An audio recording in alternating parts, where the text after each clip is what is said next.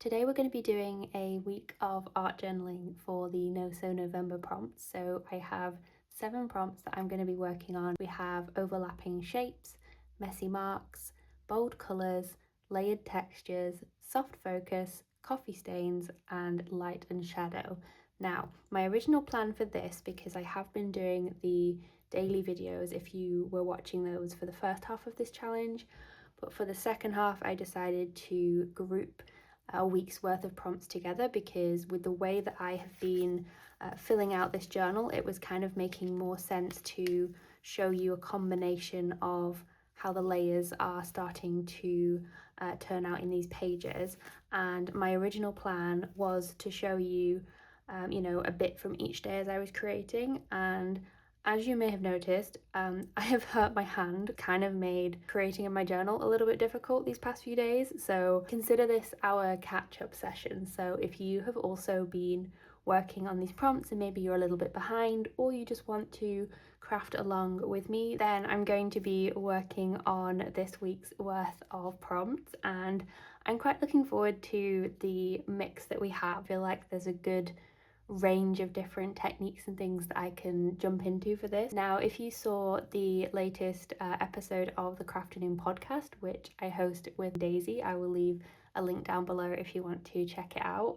But in the last episode that we did, I was actually chatting about the thought process I had and sort of a bit of a behind the scenes of putting together a journaling challenge prompt series like this. And I had actually planned out what I was going to do roughly for every single prompt. So having the prompt and then thinking, okay, this is sort of what I'm going to do for that. So making sure that I had a little bit of a skeleton plan. So at least have a loose plan of the things I wanted to try out, I suppose. So almost a bit like guardrails, so that I wasn't coming to each of the prompts completely blank and thinking, right, now I've got to think of something to do. I decided to kind of go backwards a little bit and have something planned out. But because of that, it means that there's a few things that I was wanting to do for some of these prompts that I don't think I'm going to be able to do, just because I can't bend this finger very well. So I did want to do, for bold colours, some hand stitching, some slow stitching of pops of maybe pinks or different colours with embroidery thread on some of the pages, just because I thought that would be a really nice touch, but I really don't think I'm going to be able to do that. So what I'm going to do is kind of put that idea to one side, and then when my hand is better, I will then come back in, I think, and add that as a detail element, because I still think that will be really fun for this journal format. But I'm gonna do something slightly different for the bold colours instead. So it's a little bit okay, I'm not going to be able to do what I originally planned, but I'm hoping it's going to be one of those moments that's oh, because I didn't get to do what I originally planned, then we'll see something different, and who knows, maybe I might even like it more than my original idea. So yeah, I'm going to start working on these pages. So if you haven't seen previous videos in this series, I'll leave a link down below to the playlist if you want to catch up with the sort of process and how things have been coming together. So as I've mentioned in previous videos, this journal has been coming together in layers and in stages, a lot more slowly and intentionally than my previous journals. So we're not doing a page per prompt and swiftly moving through everything. I'm definitely going back and forth and adding layers, and even for some of the prompts, there's not going to be a huge song and dance almost. I might add something really small, but the idea is, because we've got these 30 prompts over the span of time that I'm working in this journal, everything will add up, and I might go back on myself. So here, where I just completely ripped the page instead of going against the original plan, but it's just fun to see how everything comes together a lot more organically, I think, then, rather than having a sort of front to back view of this journal. So let's get started with the prompts for this week of the No So November challenge.